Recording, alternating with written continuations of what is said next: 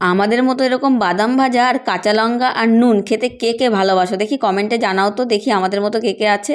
তো মাকে আমি সন্ধ্যেবেলা ডিউটি থেকে ফিরে বলেছিলাম, মা আজকে না বাদাম ভাজা আর কাঁচা লঙ্কা খেতে ইচ্ছে করছে। তারপর বললো তুই একটু বাদামটা ভাজ না, মা যেহেতু কীর্তন শুনছিল। আমি বললাম আমার আর ইচ্ছে করছে না, আমি গিয়ে আবার ঘরে শুয়ে পড়েছিলাম। তো আমি ভাবলাম আজকে আর খাবো না, থাক, হরলিক্স আর দুধ খেয়েছি তো অন্যদিন খাবো। মা তো মাই হয়, মা আবার ভেজে তারপরে আমাকে ডাক দিয়েছে, আয় চলে আয় তাড়াতাড়ি খেতে। তাই বললাম বাহ, মায়ের মতো আদর তো কোথাও পাওয়া যাবে না পৃথিবীর। তো মাকে বলছিলাম মা তেল দিয়ে ভাজলে কেমন হতো। তো মা বললো তেল দিয়ে ভাজলে খোসাটা ছাড়াতে পারতি না। তো যাই হোক, ভালোই বলেছে মা। তারপরে আমি ওটাকে একটু মুড়ে মুড়ে হাত দিয়ে দিলাম। তারপরে মা বললো দে কুলোতে ভালো করে মানে ঝেড়ে নিয়ে আসি। আর দেখুন রাতে কিন্তু আমাদের ফুলগুলো এখনও ফুটে আছে।